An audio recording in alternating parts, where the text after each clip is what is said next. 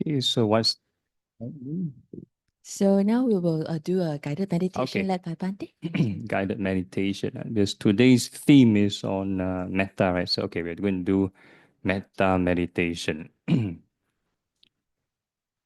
Okay, so we find a comfortable sitting posture. There's still like a few chairs available, so those who want to upgrade can upgrade. Okay, don't torture yourself. All right, okay. Once we are settled, we can, I would say, feel the body. Going to got this mindfulness of the body. A lot of times people do metta, they have to imagine the world system or the entire planet and start to imagine lots of things. They end up watching movie like in the mind. So we ground ourselves first. We try to prevent this daydreaming. So we use the anchor, body as the anchor, mindfulness of the body. We're going to feel the sensations of the body. We call this mindfulness of the four elements. So these are the earth, fire, wind, water elements. Nothing magical about them. Earth element represents any hard or soft sensations. Fire element is the hot and cold sensations. Wind element is the fast, slow movements. And the water element is the moist or dry sensations.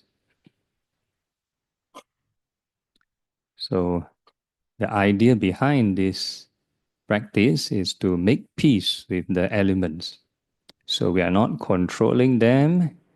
We are not going to do any air bending or anything. Any sensation appear, we just wish them well and happy.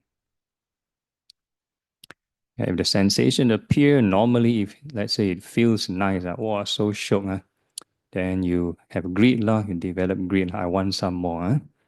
And if it's unpleasant sensation, so uncomfortable, so painful, then one will develop aversion. You fight, struggle, and resist. So these are the two extremes. The mind always struggling. So we tread the middle path, right thought. So we're going to wish the sensations well and happy. Make friends with the sensation. Any sensation appear by itself, we intentionally wish them well and happy. So it's active kind of wishing. Don't just observe only.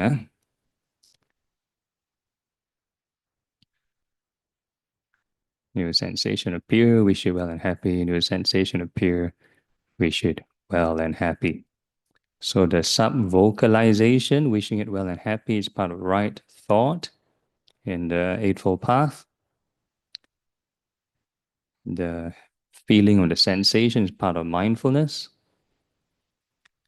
Your real-time evidence. So no need to imagine, it's real-time evidence. And the repetition is part of right effort.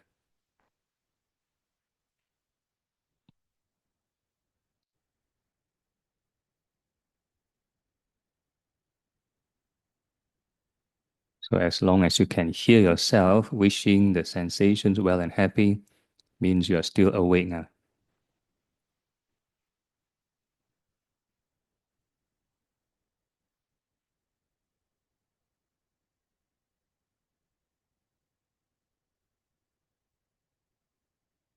And you can check whether the mind is getting calmer or more agitated.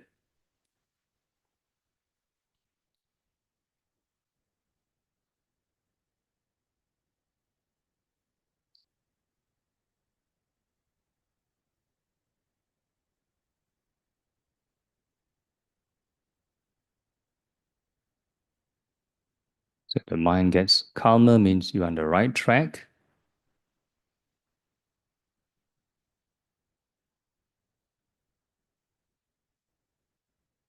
And your challenge is to see how far can the mind settle down.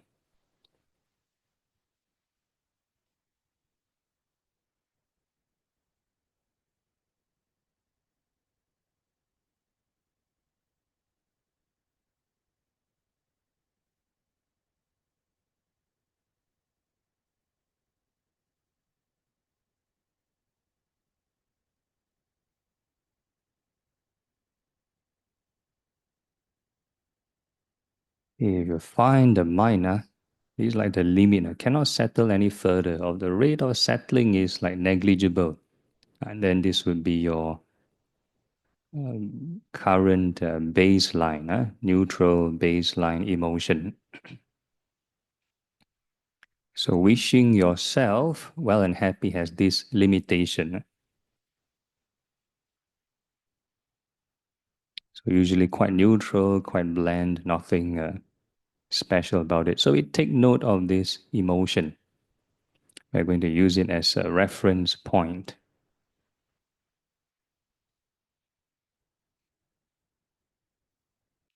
Okay, once you've taken note how this emotion is like, wishing yourself well and happy, we're now going to wish, may all beings in all directions well and happy, above, below, and all across. All directions, may all beings be well and happy. Don't have to exert or push yourself, just a gentle wish, and we let the mind extend naturally by itself. However far it wishes to extend doesn't matter. And there's no measuring tape to measure how far. It's just a perception.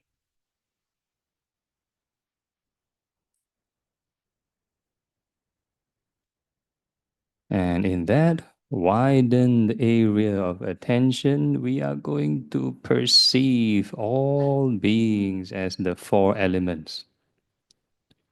We call this the non-discrimination approach.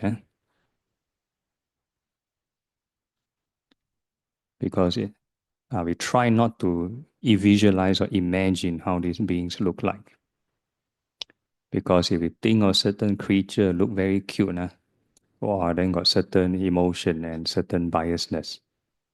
And if we think of some creature look very scary, also a different emotion and different biasness. So we do away with that temporarily. In conventional setting, yes, we need to discriminate who is dangerous, who is friendly, who can we hug, who can we not hug. But in this routine, we're going to treat all beings as the four elements. The whole universe is made of four elements. So whatever sensation appear, we're just going to wish, may all beings be well and happy.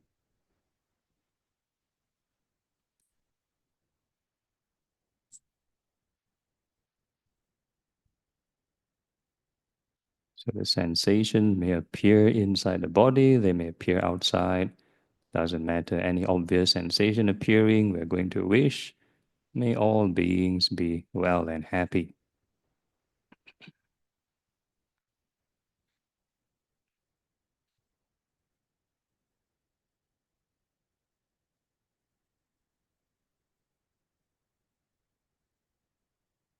And we keep on repeating.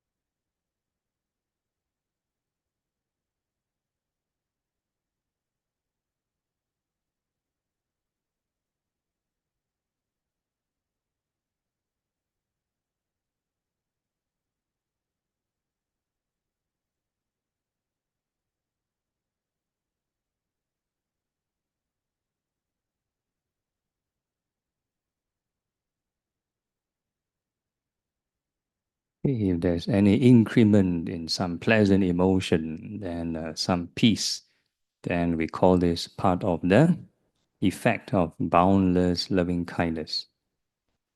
It's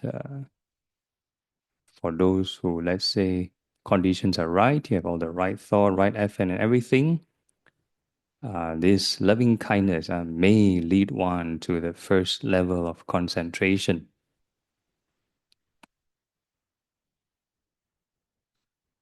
And regardless of what emotion you experience, continue to wish may all beings be well and happy. Treat everything else as a passing distraction.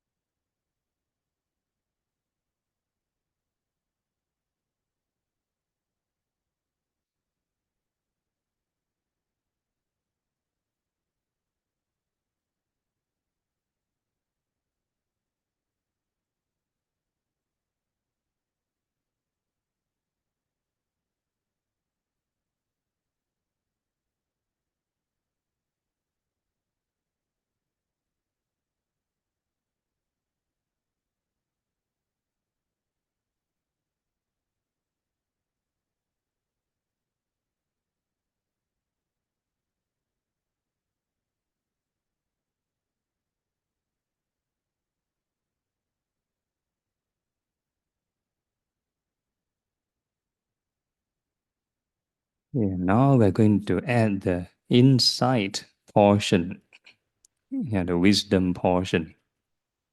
How to cultivate a more unconditional loving kindness. We're going to now think of impermanence. So the new mantra now is rising and passing.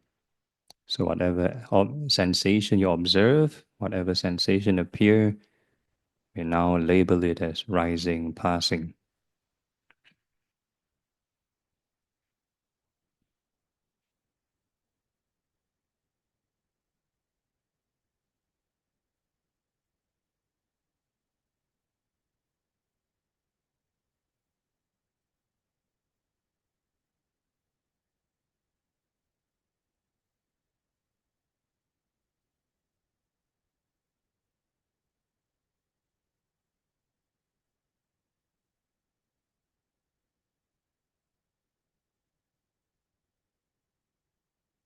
So in the process of detachment, various emotions may appear.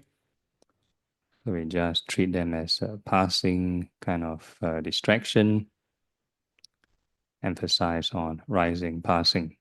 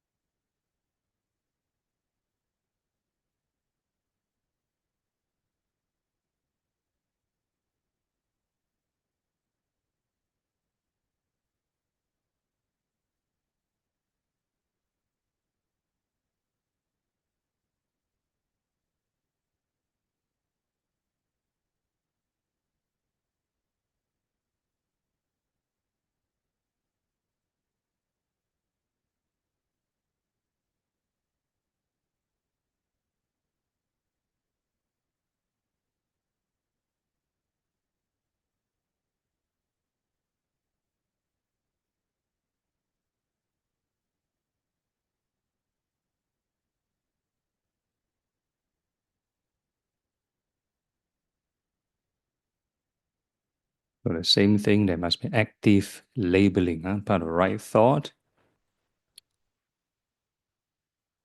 If you just observe and don't label, there is no difference from the cat chasing the laser pointer.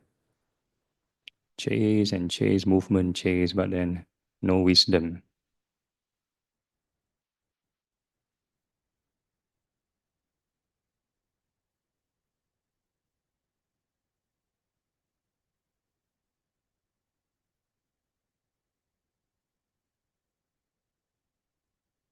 So every time you generate the right thought, that's part of the fourth noble truth.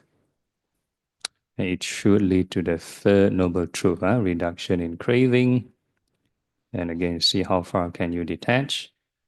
Once you stop generating the right thought, then it's back to the first two noble truths. The mind will naturally cling to some other stray thought.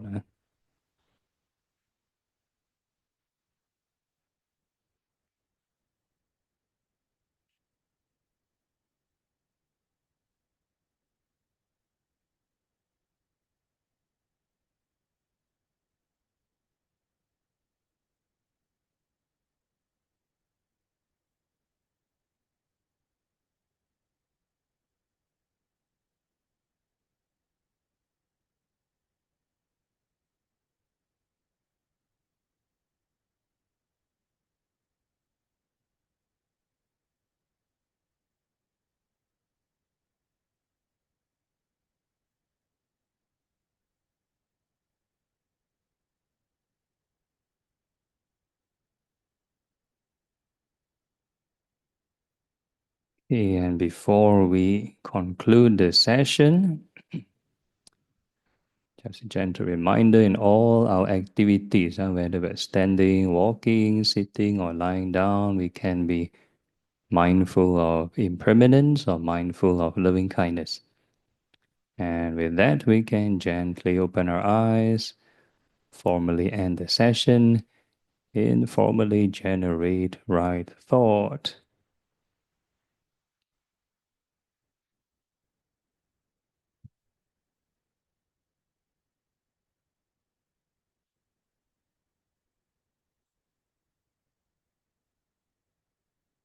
Okay, then you can wish your legs well and happy. You can do a bit of stretching or... Okay, we let the rest come in first.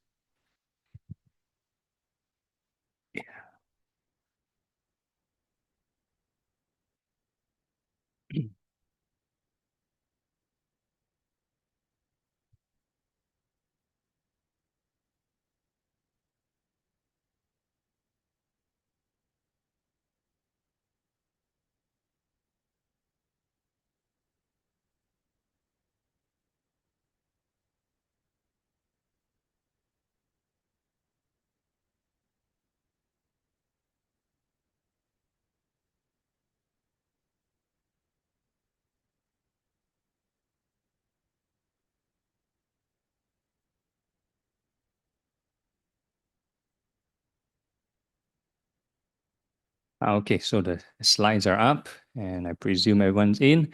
So very good morning. Today's topic is on the benefits of metta. So metta means loving kindness. So we did a bit of loving kindness meditation. Hopefully you might experience some of the benefits, right? So total, we normally say 11 benefits. There might be more, but in the scripture, we have this Metta Nisangsa Sutta. They mention 11 benefits. Who never hear before these 11 benefits of loving kindness? Okay, a few of you all, the rest of you know, then probably I'll let you answer later. Uh, okay, no worries, we'll just jump right in. Okay, so I'll go through the benefits. The first three has to do with sleep. So it mentions here, first one, sleep happily. Number two, wake happily. No bad dreams. So just now I see some people sleep happily already. They do loving kindness. Oh, sleep already. Okay, yeah, immediate benefits of metta, but no. Who has sleeping problems here? Okay, then you might try. Do loving kindness, lots of loving kindness, and because our daily or habitual thought pattern is basically like the currents in the water, currents in a pond or in a cup. The currents. If I shake the cup, there'll be lots of ripples, lots of waves, correct? Yeah. So the mind actually likes to shake, likes to shake. Automatic program likes to shake, likes to cling, likes to chase after things. Any nice thoughts, nice images you chase. Good thing you chase. Not good things also chase. All the worry or the unhappy thing also like to chase. So the mind is just like to chase things. So the mind always shaking and shaking, cannot quiet down. So to have a quiet mind, you have to intentionally generate lots of, we said, good thoughts to make it don't shake. So like what we did earlier, actively wish the mind well and happy. Then the mind stops, slow down, don't shake. So that is one way to calm the mind. So once you calm the mind, for some people you try, because different people have different conditions. You try that, then you might sleep. And some people have this issue. They will say, Aya, Bante, I try a meditation. Wow, so alert, cannot sleep. Good lah. That means by right, meditation should make you wakeful, make you alert. Don't fall asleep is a good thing. But then you say, it's my bedtime, I need to sleep. Next day I got work. So if you really need that, how many hours of sleep, then don't put too much intensive meditation. Because in meditation, we need to keep on generating right thought, right effort, right thought. So when you sleep, enjoy. Don't need to deliberately generate right thought and put in right effort. Just enjoy whatever nice shook feeling. Just enjoy lah. Then you relax, then slowly calm down. So different people, different. So you try yourself. So these are some of the solutions. Then we said, no bad dreams. No bad dreams. So actually our thought process, the dreams, it's actually the whatever random thoughts we have. So we can do a thought experiment. If you just sit there and do nothing, really do nothing, and just watch your own thoughts.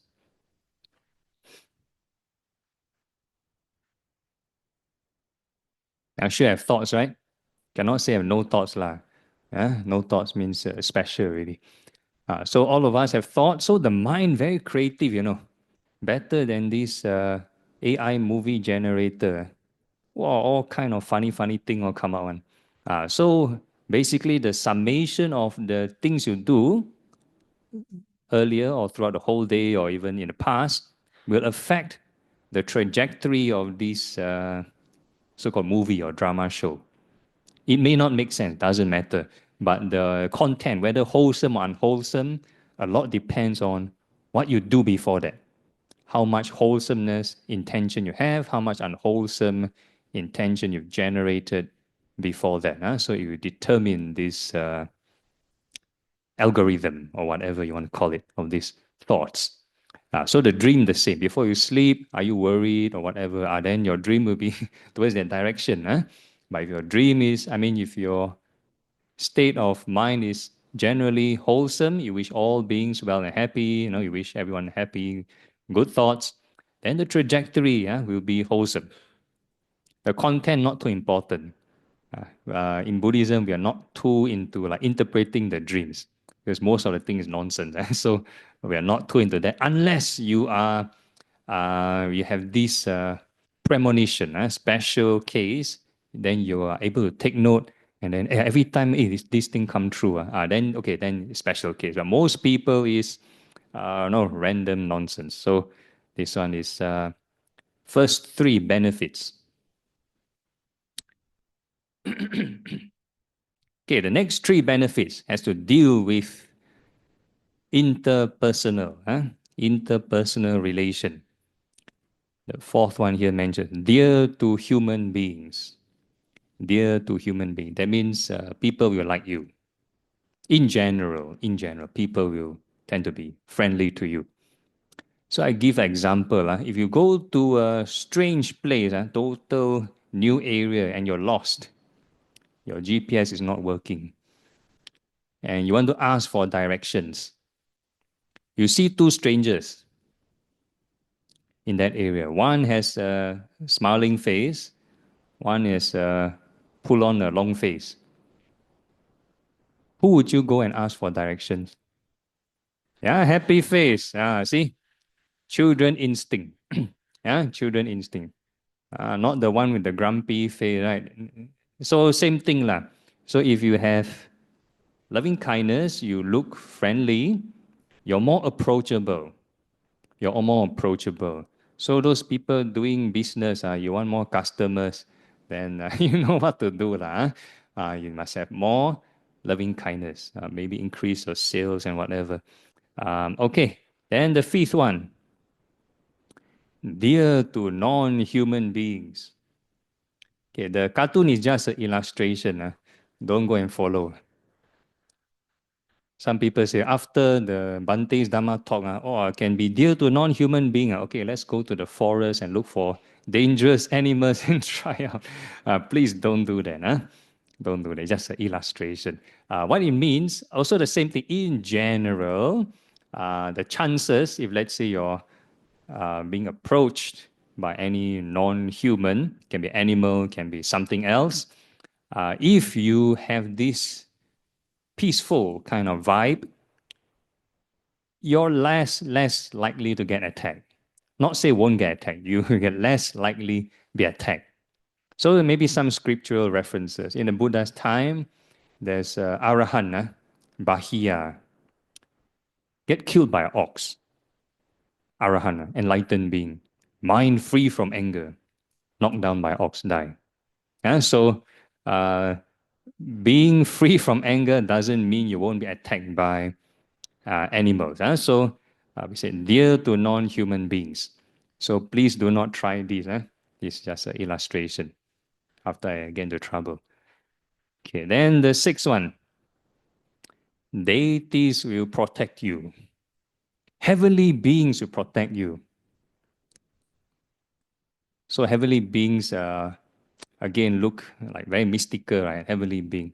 So in most religion, we believe there's like angels or guardian angels and stuff like that. So heavenly beings.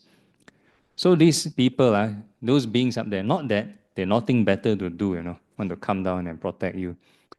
Because up there, no chance to do charity. Where got poverty up there? Where got homeless beings up there? Don't have. So if they want to make merit, want to like generate some good karma, they have no choice. They come down here. Come down here. So they do their investment. No? See who's the good person, who to help. So again, this is no guarantee. You must be a good person. Then the chances you get more investors. Yeah, if you're unwholesome, then also got investor. We say demon. The demon will come to you. Or the evil spirits and demon all will come also. So this heavenly being, these guardian devas, they will be act as your bouncer. Because there's also evil spirit. So they protect you, protect you from evil spirit. So if the person is very unwholesome, the spiritual energy very low and no protection, all the they act as food for this predatory. Some of them are predatory kind of beings. Not all spirits are very good guys. No, some of them are predatory. So they come and harm people, some of them. So the guardian devas will protect you if you are wholesome or you're worth investing. So must have loving kindness. So this is the sixth benefit. Okay, this one. Neither fire, poison, nor weapons can touch one. Okay, don't take it literally also. So after Bante give this talk, okay, go and test yourself. Go and take poison or burn yourself. No, don't interpret this literally. Okay, you see the picture here. Okay, how many of you heard of the story of from Ajahn Brahm, this the Thai soldier requesting for bulletproof amulet? Ajahn Brahm disciples should know lah. Who haven't heard of this story? Okay, quite a lot. Okay, so just a brief sharing. I'm not as good as him, so just sharing. So there's a Thai soldier looking for a bulletproof amulet. Thai soldier, not like Singapore soldier, they're more active, right? So they really go for war. So they want amulet to protect them from bullets. So he went up to this late venerable Ajahn Chah, the forest master, and request from him, Venerable Sir, can I have a Buddha amulet to protect me from bullets? So Ajahn Chah said, no such thing, there's no such bullet, no such amulet. Then the soldier requests again, Venerable Sir, you're very famous forest monk, sure have some powerful thing can give me. And this Ajahn Chah said, no such thing. Second time, no. And for the third time, he keep requesting, Venerable Sir, I come to your temple, I give you food, I give you this, I give you that, Sure, must have something lah, help me lah. Then Ajahn Chah is like, okay lah, okay. I give you something. Okay, you go down to the corridor down there. We have a storeroom. You go down, you turn here, we have a storeroom. We have a big Buddha statue, Big Buddha statue. You hide behind the statue, confirm the bullet cannot hit you. Bulletproof. The statue metal one, bulletproof. Yeah, so this is his humor. But anyway, you look at the guy, he's like wearing a bulletproof like vest, amulet. So maybe he might protect you. Okay, but giving an example,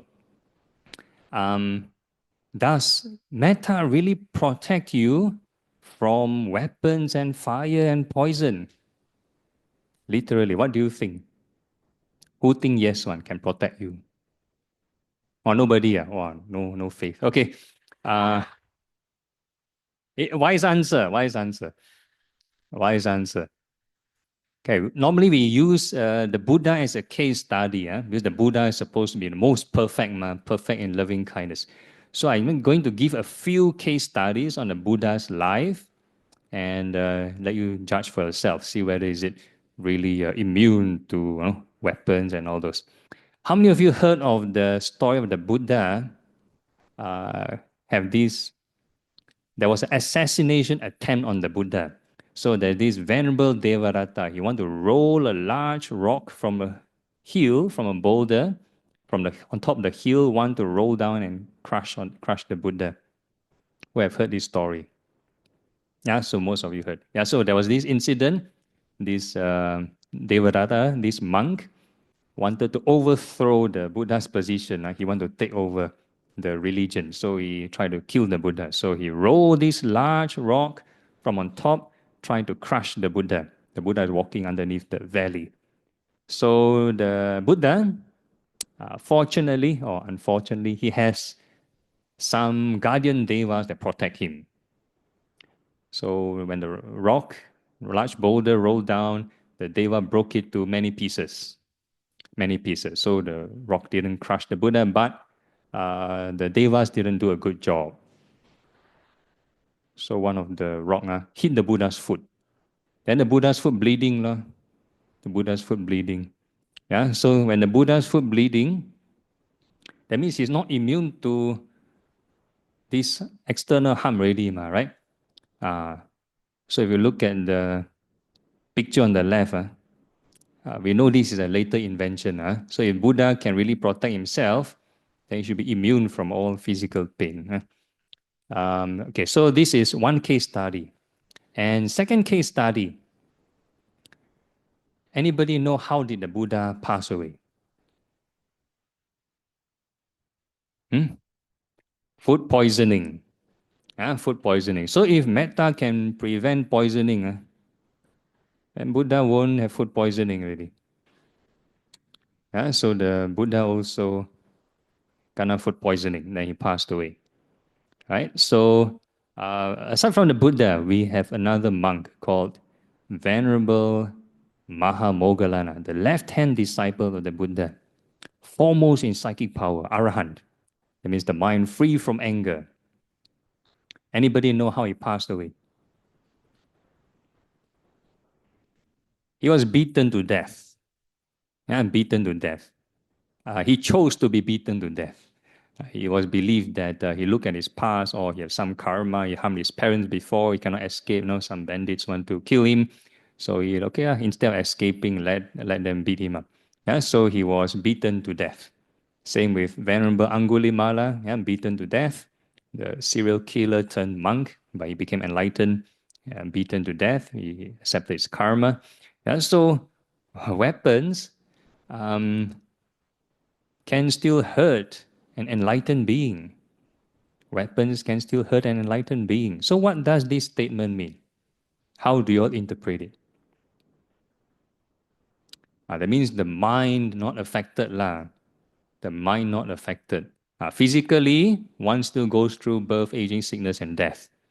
But then the mind free, the mind free from this birth, aging, sickness, and death. Free from this fire, poison, weapon, and so on. So this one again, need kung fu lah, need practice lah. Not I just wish all beings are happy one time, then okay lah, I'm free. No, must practice continuously. Okay. Okay, and the next three, quick mental concentration. So a lot of meditators, they want to steal the mind, And especially in Theravada tradition, they don't emphasize a lot on metta. They don't emphasize a lot on loving kindness and compassion. They'll tell you, yeah, loving kindness is like a second class kind of meditation subject like that. Must use breath meditation. Must do something else. So okay lah, they watch the breath lah, then you see the face like so frustrated, like constipated like that. Force and force, want to control, so angry. How come the mind cannot steal? Wow, must force and force. So much aversion. So loving kindness is part of the Noble Eightfold Path actually, part of right thought. Yeah, so right thought consists of thoughts of non-anger, thoughts of non-greed. Total opposite of the cause of suffering. Cause of suffering, greed and anger. So you just do the opposite. You just do the opposite. Or you think of the opposite, then you kind of try to solve the problem. Okay, so this quick mental concentration can help you calm the mind. Help you calm the mind with the right kind of thoughts. If you force and force, you're adding aversion. Adding aversion. So you're not really calming the mind. Okay, then number 9, beautify one's facial expression. Beautify one's facial expression. So this one, you can save money on the beauty product really. Yeah, beautify one's facial expression. Yeah, so like in the case of the smiling person and frowning person, same thing lah. No matter what kind of product you put, you smile versus you frown is a big difference lah. So beautify one's facial expression. So previously, I also came and gave a talk on karma. Karma. So the causes of beauty is also good temper. Good temper. So if a person is good temper, that's the good karma. I mean the karmic cause for beauty. Yeah, so loving kindness is part of it. It will make you, beautify yourself. So that's number 9. Number 10, peaceful death. Peaceful death. So this one's same as sleep. Same as sleep. Yeah, so at the last moment, what kind of trajectory of thoughts depends on what's your state of mind. If your whole life you've done something regretful, then you keep on thinking of that, then cannot have peace lah. Cannot have peace lah. Okay, so I'm talking about like a calm environment, but we cannot guarantee our death is in a calm environment. Anything can happen. Can be accident or maybe in the ER room you cannot have peace. A doctor try to shock you. How to how to have peace, right? So this one requires skill again. How to have a mind not affected by external intervention.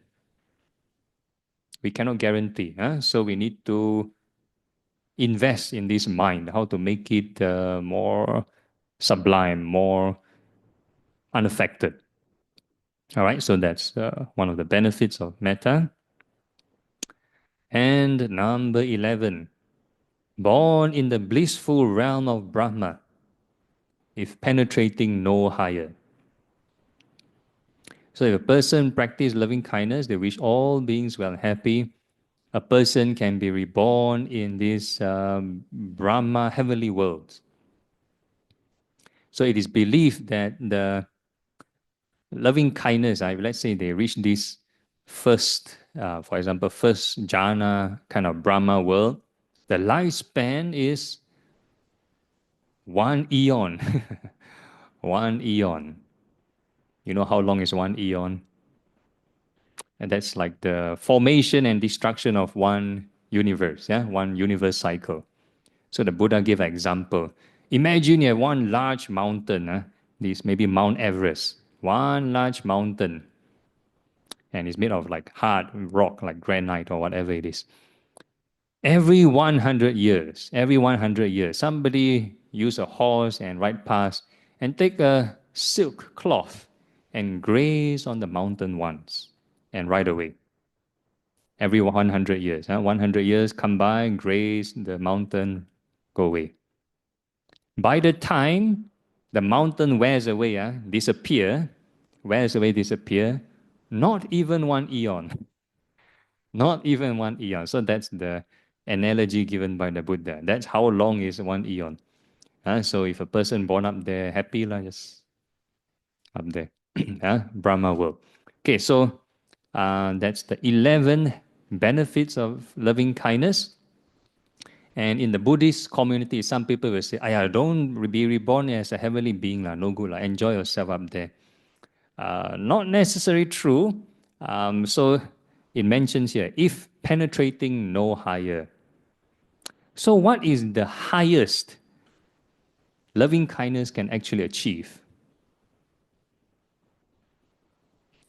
Enlightenment. Actually, most meditation object, the Buddha of compassion, if you apply the Noble Eightfold Path, should be able to lead to liberation. Yeah. Okay. So this is another sutta, or rather 4 suttas that talks about each sublime state. So again, usually the post canonical ideology, they will make like loving kindness out like second class meditation, like cannot reach enlightenment. At the most is non-return only lah. They'll say this kind of thing. So, but the suttas, they will tell you the 4 sublime states: loving kindness, compassion, appreciative joy, and equanimity can lead to either realization or non-returning. Realization or non-returning. Okay, so the chart on the right looks very confusing, right? Yeah, very confusing. So I try to navigate and help you.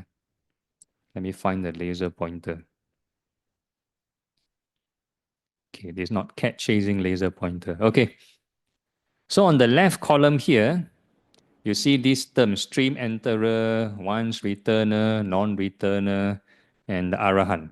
So these are the 4 pairs of person. Earlier on, you all do the chanting, right?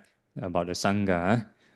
These 4 pairs of person and 8 types of men. So these are the saints, holy persons in Buddhism, or rather the states of mind, states of sainthood. And how to achieve these states of sainthood is if a person removes certain defilements. So in the middle column, these are the checklist of things a person needs to remove in order to become a saint. So stream enterer has to overcome 3 things. This identity, view, doubt, ritual attachment. Then they become this stream enterer. Once returner, same, just that they reduce greed and anger. So stream enterer and once returner still not yet free from greed and anger. So they still can get angry, still can get greedy. Okay, but however, they won't break the precepts. They won't break minimum, the 5 precepts, they won't break them. So they won't be reborn in the lower realms at all. So if they were to be reborn, if you look at the right column, human realm or higher. Human realm or higher. So a stream enterer is believed maximum 7 more lifetimes, 7 more rebirths. 7 more rebirths. If they're hardworking, maybe lesser, but 7 more. They still want to enjoy. Okay, who still want to enjoy life one? Be honest lah, come on. Enjoy. If those not raising hand, okay, get ready for ordination. So we want to enjoy life, right? So still want to go sightseeing, want to enjoy this world.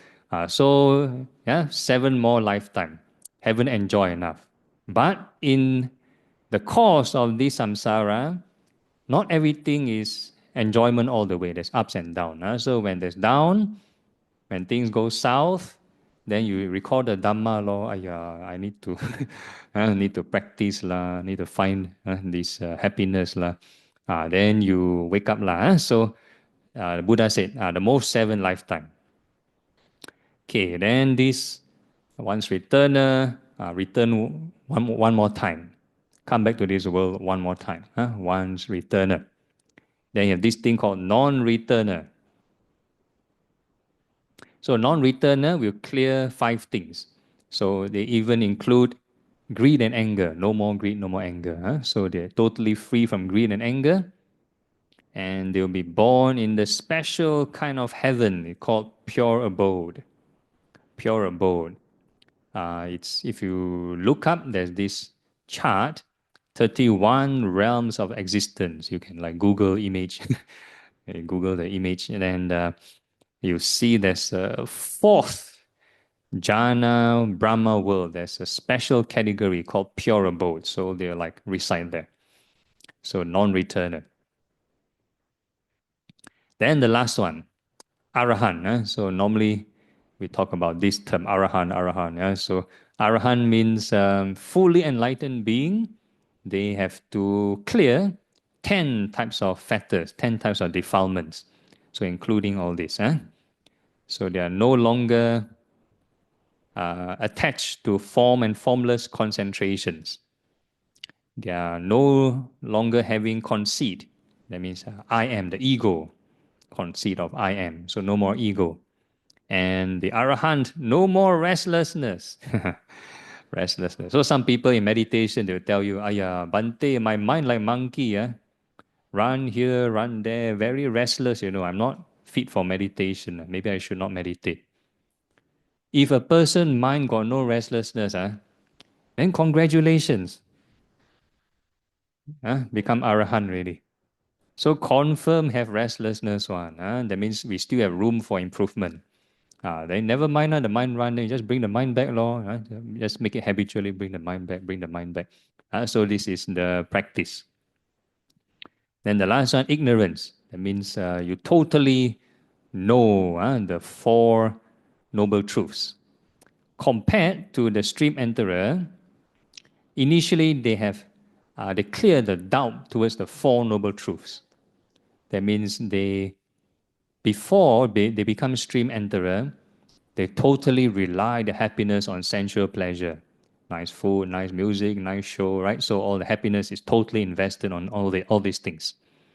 But once they see another kind of happiness beyond greed and anger, then they have no more doubt. There's another path towards happiness. So that's the difference. Whereas the Arahant, they overcome ignorance, they totally experience all the happiness of the 4 noble truths because they have total cessation of craving. They have total access of the happiness. So that's the difference. Okay, any questions so far with regard to this table? Oh, yes, some. Okay.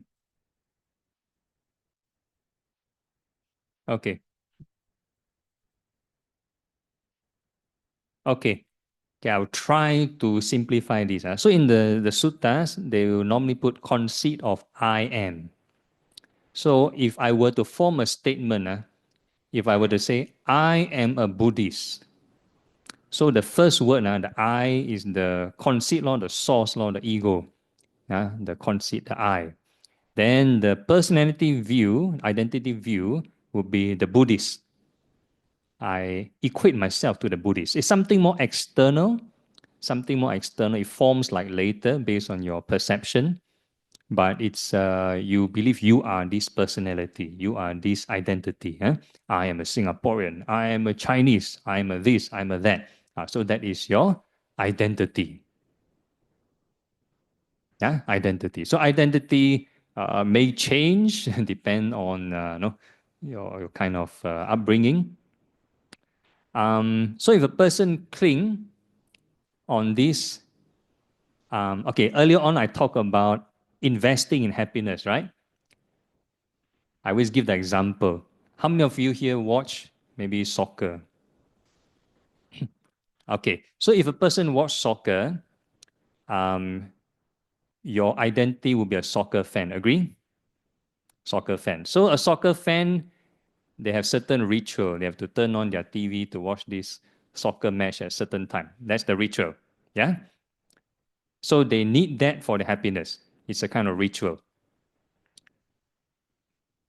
So if they haven't cleared the doubt, if they haven't cleared the doubt, they haven't seen the Four Noble Truth. One day, the TV channel get disrupted. That ritual get disrupted.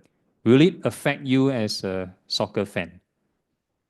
Yeah, will affect, right? You cannot support your team anymore, lah. Then you get affected, lor. Yeah, so that's how these three is related. Same with Chinese New Year. Identity Chinese, right? Those who identify themselves as Chinese, then the ritual, for example, Chinese New Year, example. Then same thing, there's a lockdown or circuit breaker. Cannot do house visit. Upset lah. Upset lah. But if a person overcome doubt, they have this Dhamma happiness, or they get to know Dhamma happiness, they're not too upset. It's okay. It's okay. Not too upset. Not to the extent of, like doing silly things, like committing suicide or whatever. Huh? Yeah. So this is the first three. Have I answered your question? Okay. Then there's someone else want to ask something.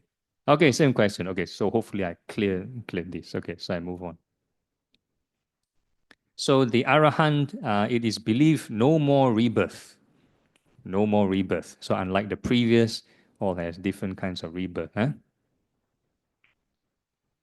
Okay, so this one, another messy table. But what you need to know is that each sublime state, so if I say goodwill means loving kindness, then you have this compassion. Okay, so for goodwill, a person can be reborn in this Brahma's retinue. Yeah? So Brahma's retinue is this one down here, which is classified as the first jhana kind of level.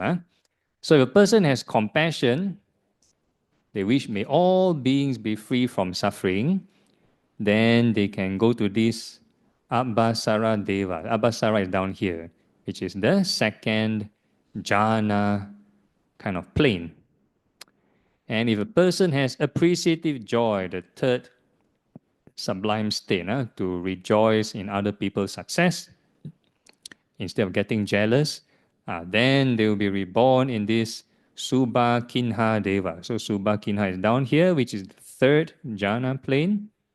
And if they have equanimity, their mind is balanced, not easily shaken by the vicissitudes of life, then they will be reborn in this Vehapala Deva. So Vehapala is down here, which is the fourth jhana plane.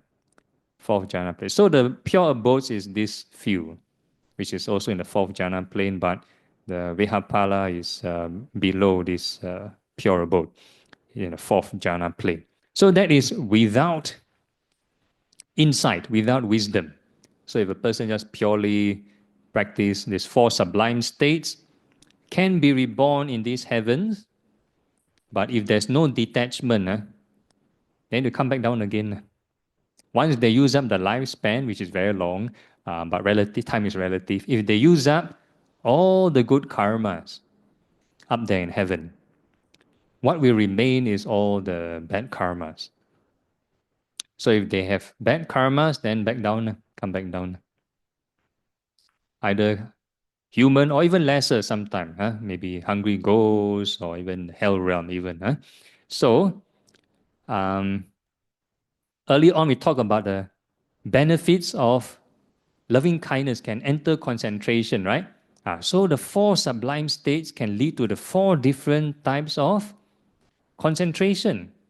So in Buddhism, right concentration is defined as the four jhanas, four levels of concentration, four depths of peace.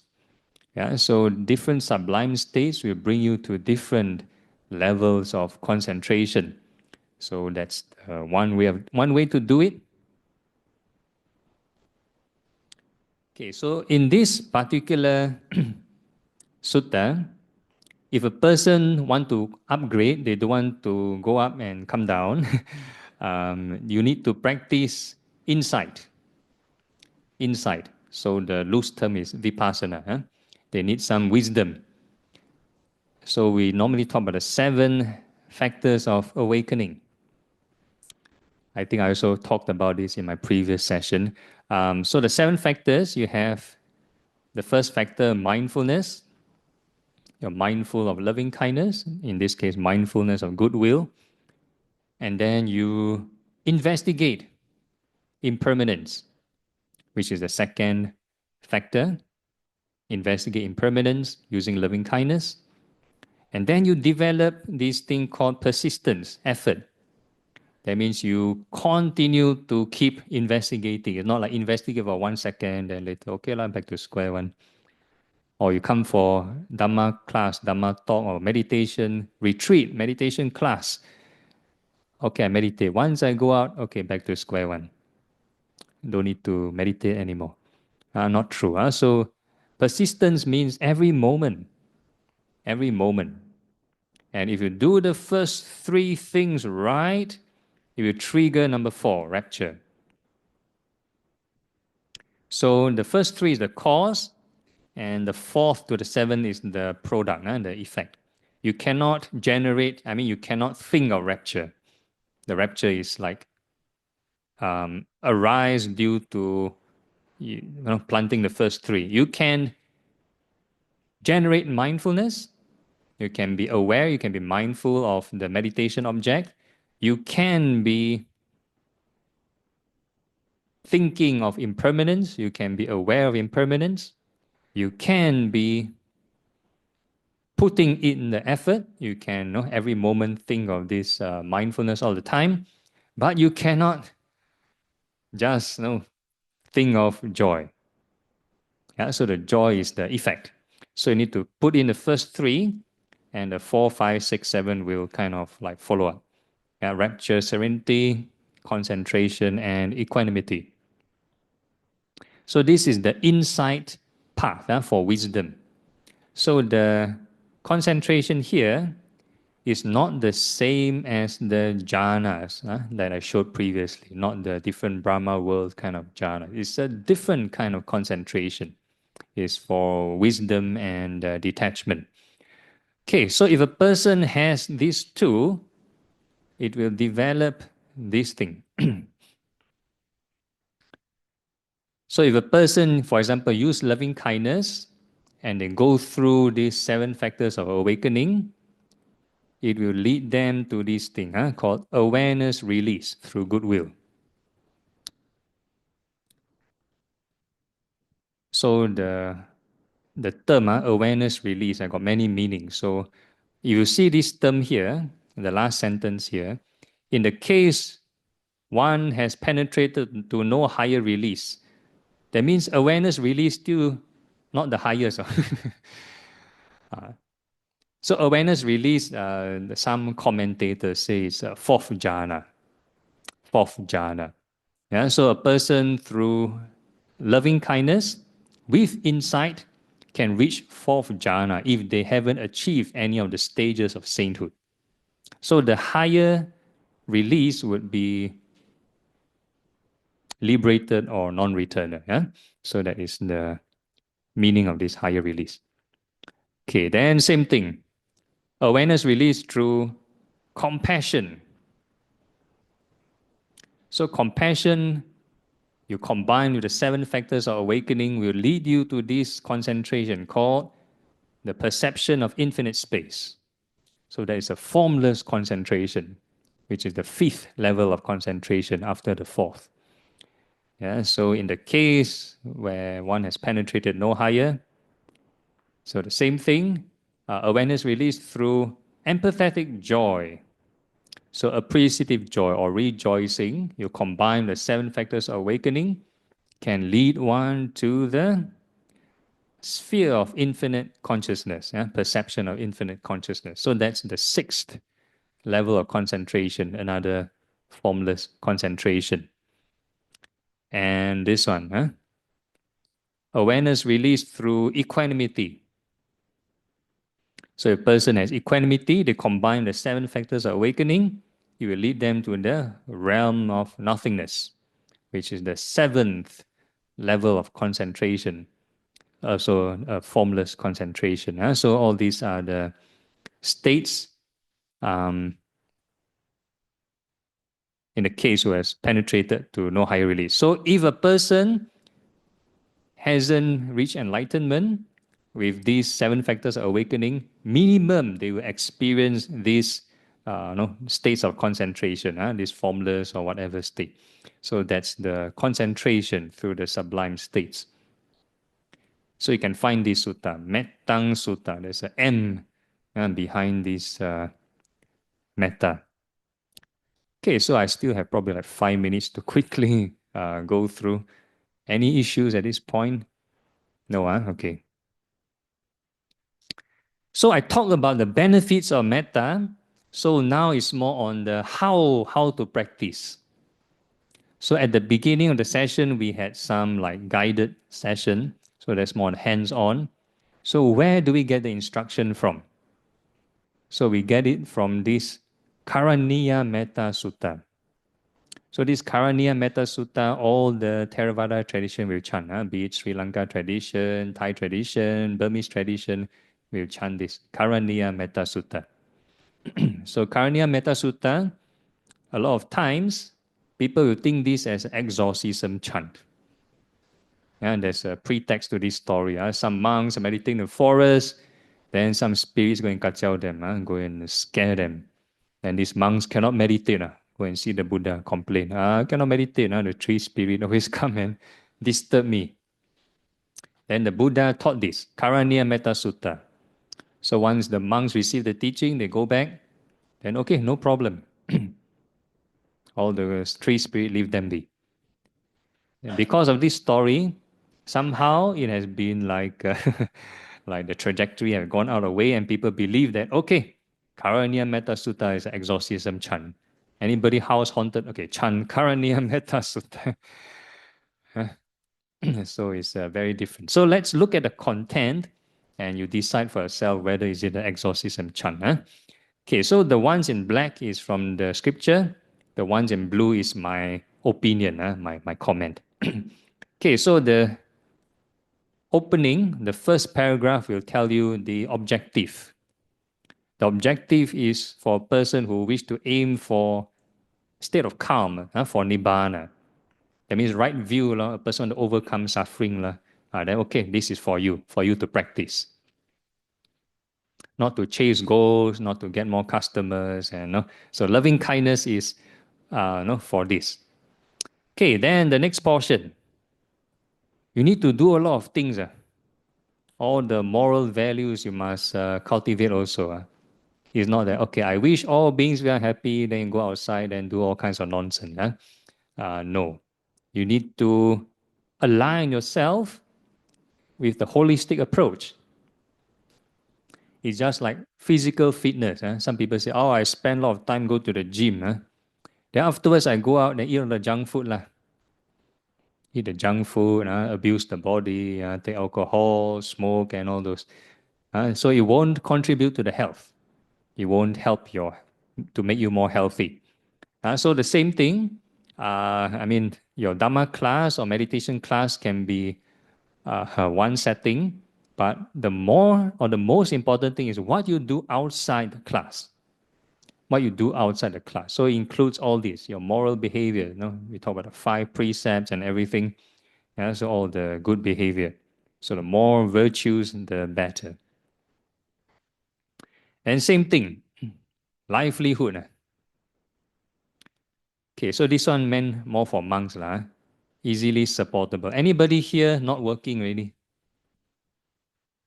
So must be easily supportable. So monks also must be easily supportable. Okay, then feel responsibility. So for those who are still working, you must find your own moderation. You don't go and say, after Bhante give this talk, don't work lah. You still need to fulfill your obligation, but then you must find your own moderation. How much stress level you can take. Okay, then this one, control in senses and all those. So all these are a bit advanced. Control in senses. That means whatever you see, hear, smell, think, taste, and touch, you try not to get hooked on, and try not to react with greed and anger. So it's a bit kind of advanced stuff. Okay, not to hanker, associates and families. Again, these are the monks. Basically, not to go after people and ask for gifts. Yeah. Then the next one, don't perform any slight wrong. Yeah, your morality. That means hold the precepts well. Okay, so in the sutta, the original scripture is to wish all beings well and happy. The post canonical version will tell you, wish yourself well and happy, then wish your close ones, then wish the strangers, then wish the enemies, something like that along this line. But in the original teachings, it's straight away wish all beings. Yeah, very different.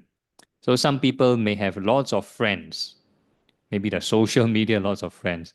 Then they start to wish all the people they know well and happy. And most of the time, it's, I would say, more like personal attachment. It's a very different feel from wishing all beings well and happy. So for those who like go temple and pai, right, go and pray, you normally wish your family, right, wish your close ones success and peace and all those. Very different from wishing all beings well and happy. You can try. You check the difference in the emotion, wishing your loved ones versus wishing all beings. Very different. All right. So down here on the definition of all beings, all shapes and sizes, seen or unseen and everything. Okay, then this one. Let him not deceive another or generate anger or ill will. So we call this part of right effort. Do not generate unwholesome thought. So if a person wants to pursue this path, you have to check and make sure, you've got unwholesome thought, try to overcome it. Try to overcome it. And down here, they have an interesting statement. Just as a mother would protect her only child with her life, so let one cultivate boundless love towards all beings. So a lot of people will say that loving kindness is mother's love. Okay, how many of you here are mothers? How many of you agree that loving kindness is mother's love? Nobody? Wow, you no confidence in yourself. Okay, we have one one person. Okay, so I have a few variations on this. First is that you might be right. Yeah, you're right. Because we treat our own child, there is like certain biasness. The way you treat your child, you won't treat to a stranger's child, right? So there's certain conditions attached. Certain conditions attached. So you won't hug and kiss like a stranger's child, but you do it to your child. So there's certain conditions attached, or you won't scold or cane a stranger's child, but you might do it to your own child. So there's certain conditions attached. And if a person were to equate mother's love to loving kindness, that would be problematic. I give a personal example. For example, my mom. I know she loves me a lot. But when I ordained that time, she cannot let go. She cannot let go. So for quite a number of years, she always tried to visit me and trying to persuade me to disrobe. She would say, your cousin get married already leh. They got children already, You see, my sibling, that means my uncle and auntie, become grandparents already leh. Why don't you find a normal job and work? So they'll try to disrobe me. So imagine I were to apply this love to other monks. It'll be very chaotic. So you cannot equate mother's love as loving kindness. There's some, attachment or strings attached. So how do you take this statement? How do you take this statement? One way to take this statement is to take it as a metaphor. So like the child, the mother want to protect the child, right? So the child is a metaphor for the thought. For the thought, may all beings be happy and safe. So this is the thought. So you hold on to the thought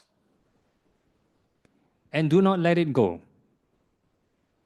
So you wish all beings well happy, like you protect this thought, don't let it go. So that is my way of interpretation. Another way of interpreting could be the Buddha describing his own mother.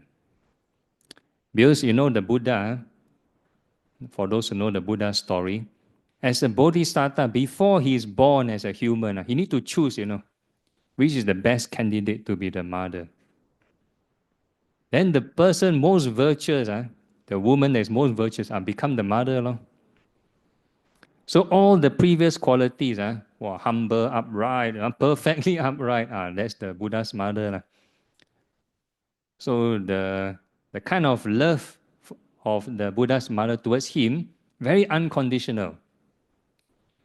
But unfortunately, she passed away like maybe 2 weeks after he's born. So never experienced bring him up. So might be a different case when he grows older. But never mind. So this is the right effort part. Okay, then down here the instruction is to wish all directions, above, below, and all across. All directions. So unlike, for example, the breath meditation, just focus one area only. So after you get up from the meditation, then some people say, I cannot meditate anymore, no time to meditate. Because they only learn one aspect of meditation, how to be mindful here, one area.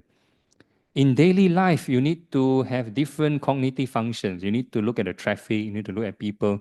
So ideally, when the mind is at a wider area, you can also practice detachment. You cannot say, I look at large area, then cannot detach anymore, cannot be mindful anymore. So in our various cognitive functions, spatial awarenesses, we also can practice good thoughts, goodwill and detachment. Okay, so down here, standing, walking, sitting, lying down, so same thing, part of right mindfulness in all your daily life. Okay, then the same thing, and the last one, if a person has a right view, they'll not be reborn in the womb again. So which is liberation. Okay, so this is the end of my sharing. And I open the ground to Q&A. Yes, question. No, please, hang on. Let me bring the mic over. They want to pass you the mic.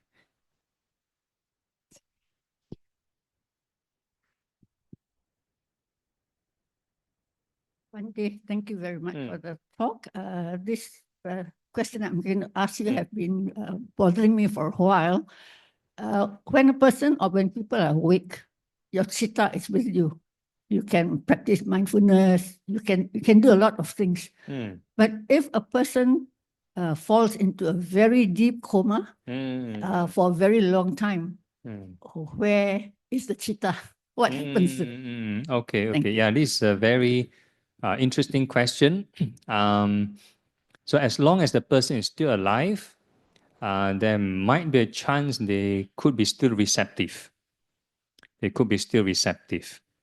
So they still can think long, at least the mind door is still there. Now we have the eye, ear, nose, tongue, body, and mind, right? The different senses. So if the other senses not working, the mind door is still there. So that's what, as long as they're still alive, one of the senses will be there. So mind door is still there. Maybe some of the senses functioning, but they cannot respond. Like if you speak to them, they might hear, they can be able to hear, but cannot respond. Yeah. Okay. Any other questions? Please raise your hand. I'll come to you.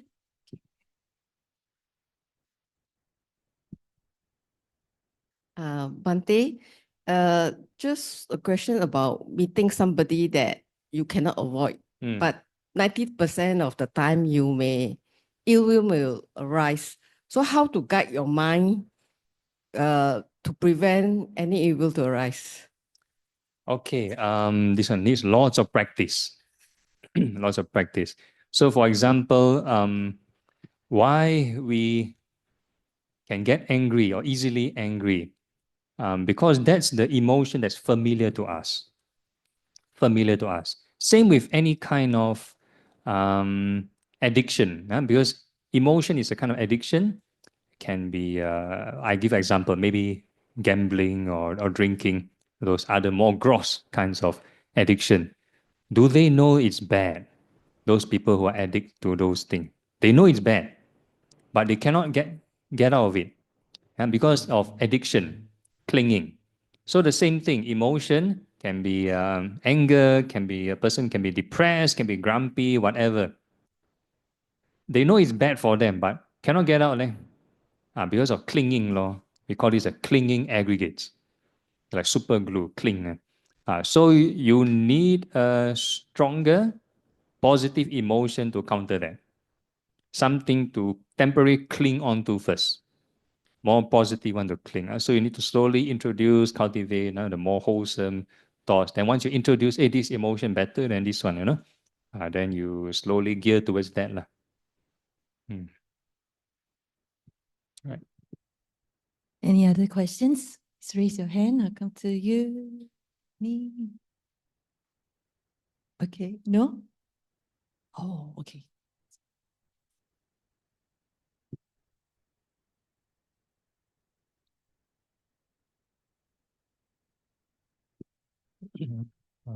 Morning, Bhante. Bhante, I mean, but in this Paticca the 12 chains of bad origination, we started with avijja.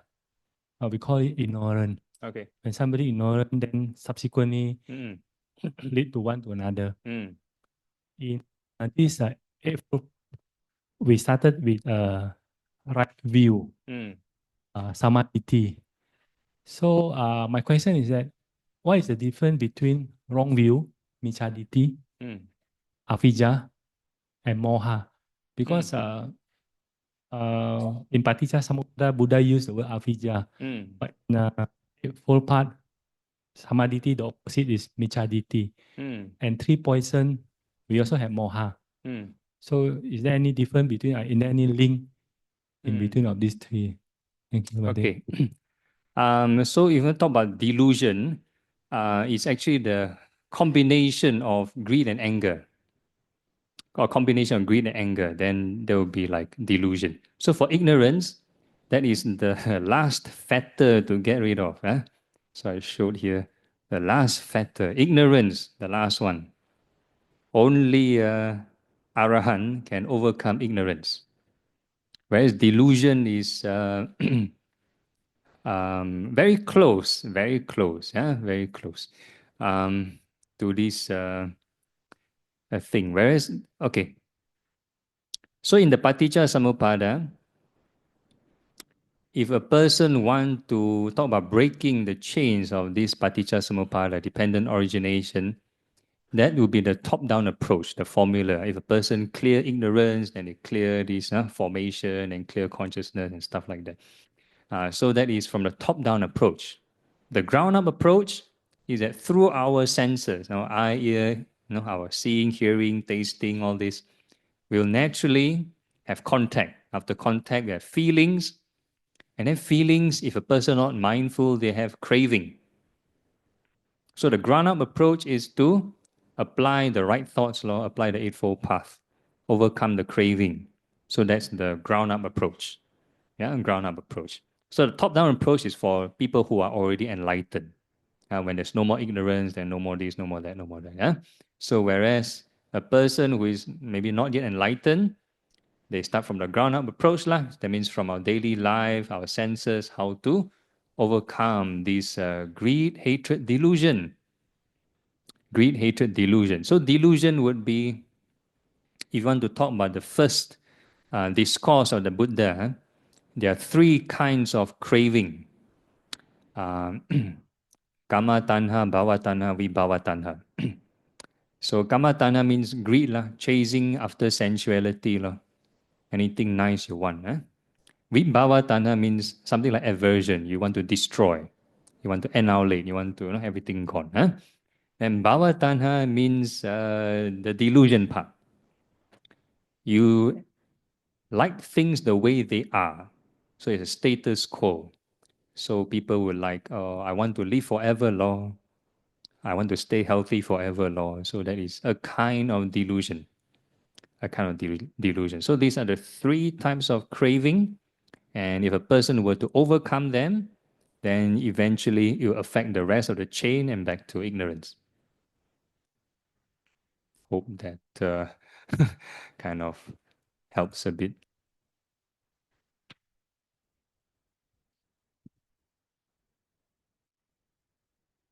Mm. Mm. Mm. Mm.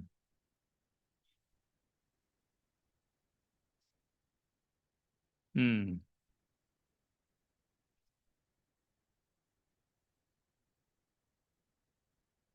Mm.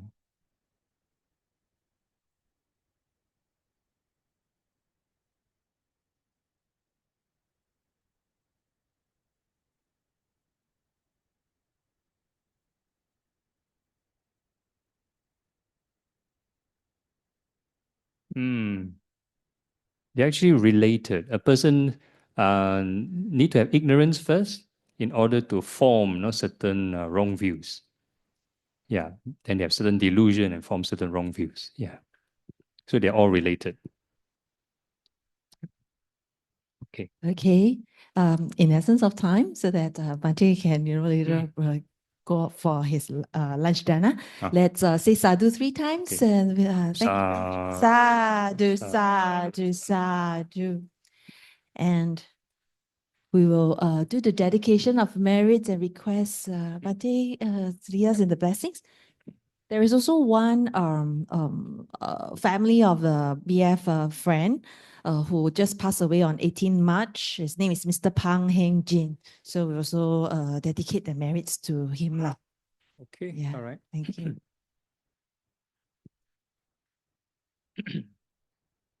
So this is your Dedication chanting. of Okay. Okay, so you all can chant together.